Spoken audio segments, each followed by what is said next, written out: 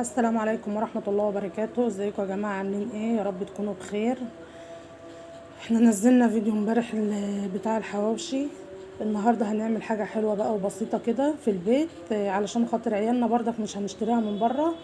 هنعمل حاجة خفيفة كده لعيالنا نفرحهم بيها بأبسط حاجة.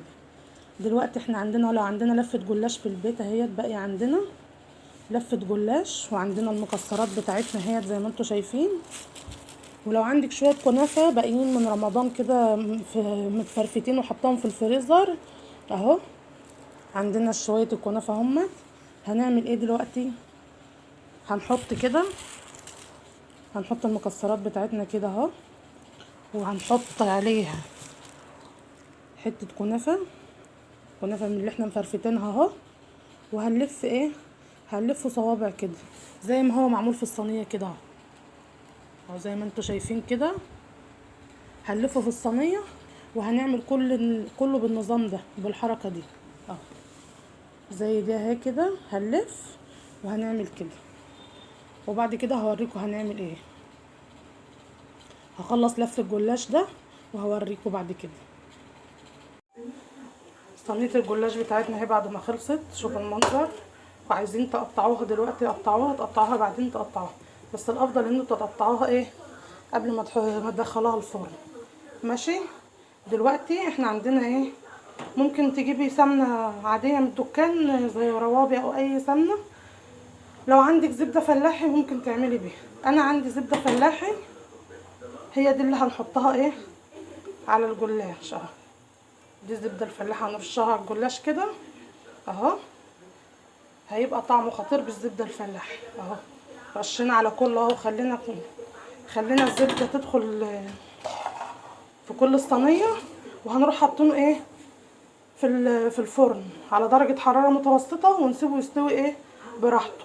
لو لاحظتوا ان انا ما حطيتش سمنه وانا بلف الجلاش، السمنه خليتها كده تستوى في الفرن احسن بيها. وبعد كده لو طلع منك سمنه بعد ما استوى ولقيت السمنه في قعر الصينيه، هتصفيها عادي. وهنروح حاطين السكر بتاعها، الشربات بتاعنا اللي احنا عملناه. دلوقتي احنا خلاص اهوت هنحطها في الفرن، وهوريكم بعد ما استوى شكله عامل ازاي. ده شكل الجلاش بتاعنا اهو بعد ما طلع من الفرن، بقى عامل بالمنظر ده اهو كده. شكله تحفه وجميل جدا جدا، حتى ريحته جميله. دي حاجات السمنه الفلاحي وطلع ما عندناش زياده الحمد لله. ما عندناش سمنه ولا عندنا حاجه زياده. دلوقتي هنحط ايه، هنرش عليه الشربات بقى، وكده يبقى الجلاش بتاعنا خلص. حاجه في منتهى الجمال وفي منتهى الروعه بصراحه. جربوه بالطريقه دي هتعجبكم.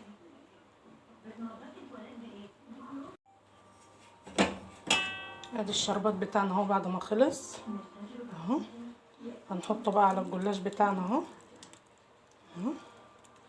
حابه بقى تزودي حابه تقللي، انت حره. تحبوه مسكر بتحبوه عادي، انت حره انت ومزاجك اهو.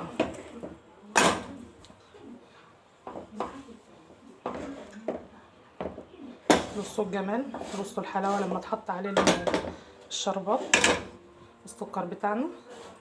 بصوا الجمال والحلاوه عامل ازاي.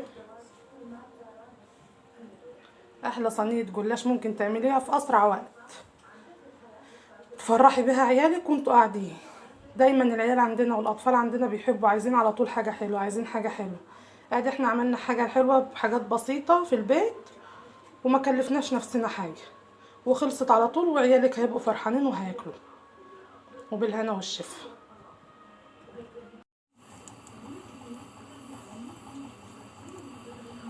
دلوقتي بقى هنعمل السكر ايه بتاع الجلاش بتاعنا. هنبتدي بيه اهو. هنحط من كوبايتين سكر، 2 مع كوبايه ونص اهو، لان احنا عايزين الشربات بتاعنا فيه. لو عندك عسل جلوكوز ممكن تحط منه. دلوقتي هحط الكوبايه الثانيه السكر اهو، هنعصر عليه نص ليمونه، وهنسيبه لحد ما يتقل معانا. وبكده يبقى كده الشربات بتاع الجلاش بتاعنا خلص. هوريكم بقى هنعمل ايه في الجلاش.